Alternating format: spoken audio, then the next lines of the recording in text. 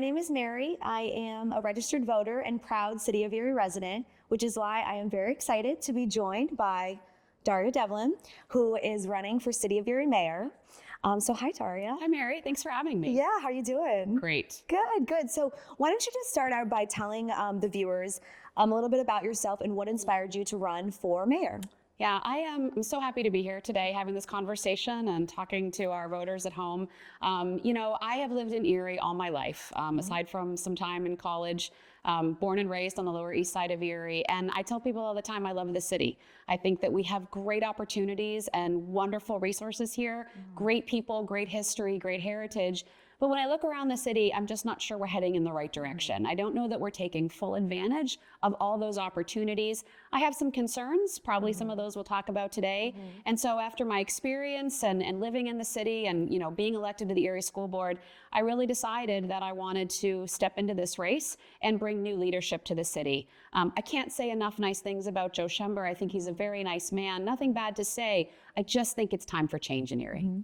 Yeah, well, I'm very excited because I chose to stay in Erie, and but I see where we're headed, and it's might not be in the right direction. So yeah, but I think you kind of started to touch on this a little bit. But what makes you the right person for the job, and then how do you kind of stand apart from the candidates? Yeah, so I think I bring a unique mixture of experience and knowledge to this position. So first of all, again, born and raised in Erie, I know our neighborhoods well.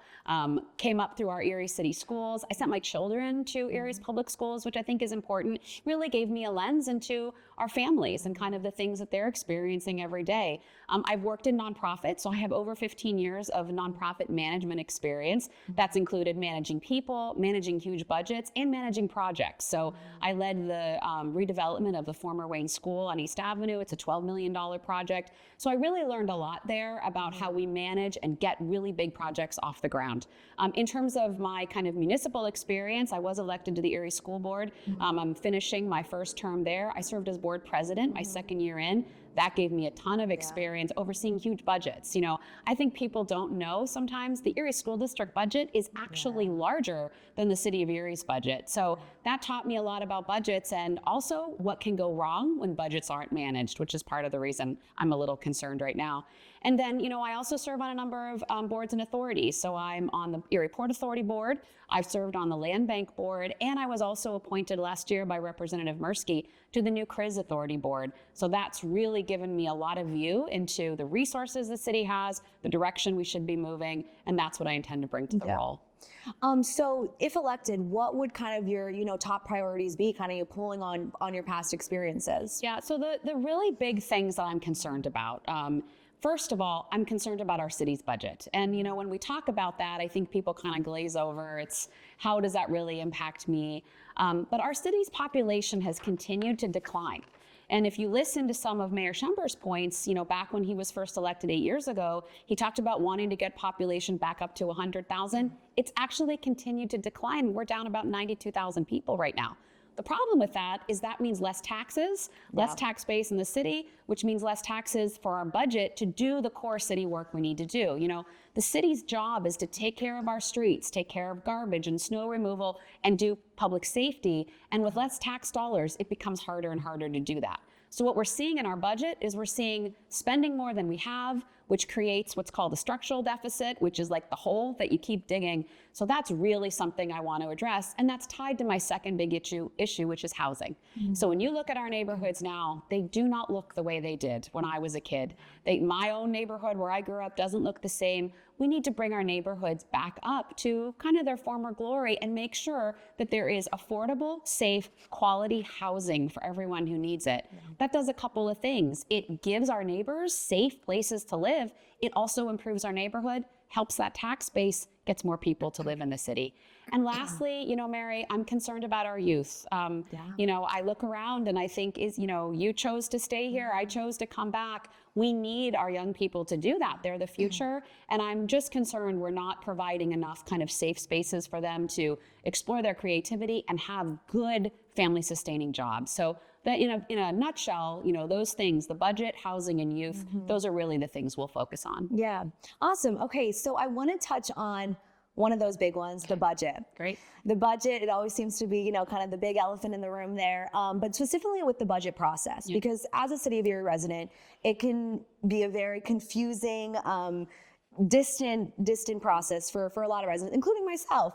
And so my question to you, what would you do to make it more accessible and transparent so people can really, you know, understand it, so they can comprehend it and know what actually is in our budget? Absolutely. So first of all, I would say from the public's perspective, we need to have transparent budgeting. We need to have participatory budgeting. So we're actively engaging our residents and our taxpayers in the process.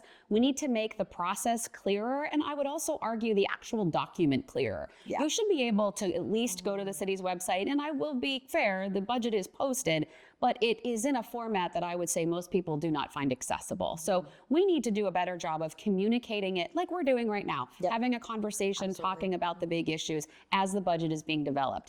And I'll tell you, in my time on the Erie School Board, one of the things that I found was, you know, we have done a really good job, I think, of our school board, so the legislative body, understanding the budget so that when we are making decisions, we know how it's going to impact us 5 years out. We understand what a tax increase will do or won't do. We understand what it means when we're adding positions. I want to bring that level of knowledge and understanding to our city council, our partners at city council, to make sure when we're making decisions, we understand the budget and we know what those decisions are going to do long term. We need to be budgeting 5 years out all the time, looking ahead to see how is this going to impact us in the future, and how do our budget decisions align with our values and where we want the city to go. Yeah.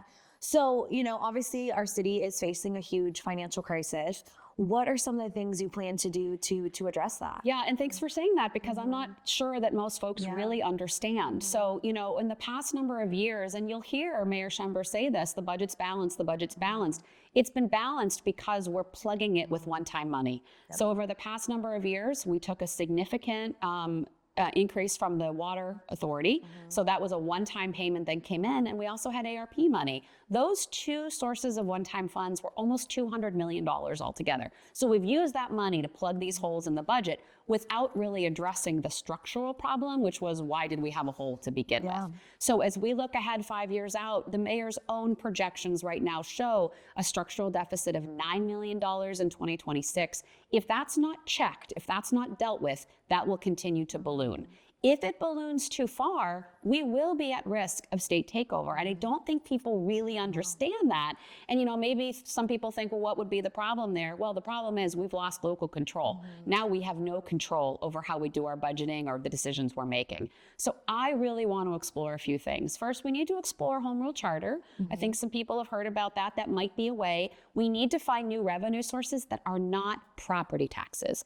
Our taxpayers are already taxed, I would say, as far as they can be. We need to stop one-time fees. This is what the mayor's administration has relied upon. That's also really hitting our residents. So we need to look at new revenue sources, get that tax base up, do some cuts at City Hall where I think we can, and get that budget under control. Yeah.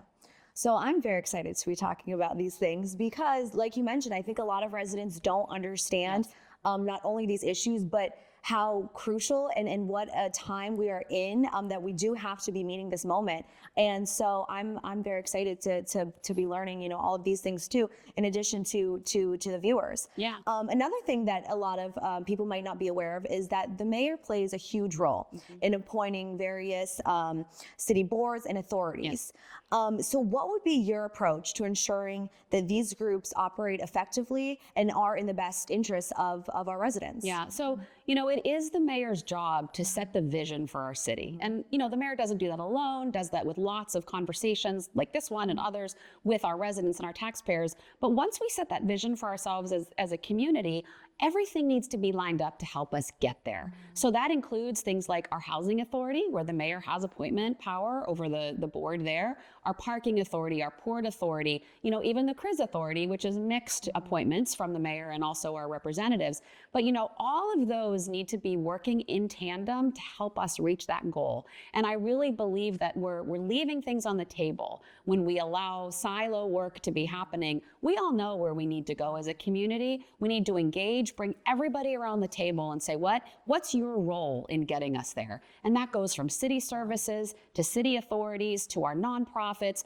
to our other, employer partners, business partners. We all need to share the vision and get there together. And I really think we can. It takes leadership. Yeah, absolutely. And, I know this race, as a City of Erie resident, this race has a direct impact on my life. And two, you talked about making sure we not only retain our current residents, but attract new ones, especially with our young people. And so I know we covered a lot of ground today. But where can someone go if they want to learn more about you, learn more about the campaign, and also not only learn about it, but ways to get involved? Yeah, and I want to say, before we even go to that, my fundamental reason, I think, for doing this is I have my own children who are now entering the adult phase of their lives, and I want them to choose Erie, Mary, like you did, like I did, like so many others did. So I think that's really important. But, talking to the viewers, if you're interested in reaching out in this campaign, first of all, I'm going to very humbly ask for your vote on May 20th. I know this is an important election. I know it's a difficult choice for a lot of people. I am asking you to trust that I have the leadership and the knowledge and the skills to really take Erie where it needs to go. So I ask for your vote on May 20th if you're a Democrat living in the city of Erie. If you'd like to learn more about our campaign, dariaforerie.com is our website. You can find the weekly walk and talks that we have been pushing out on social media. Lots more information than the things we've talked about today. Learn about the campaign, find an event. We're having lots of events around the city. Just come to one. Just come and have a conversation and let me know what you think. So certainly those are the ways to get involved with the campaign. I do ask for your vote. And Mary, thanks so much for having me today. Thanks for coming, Daria. And we look forward to seeing what's ahead. Thank you.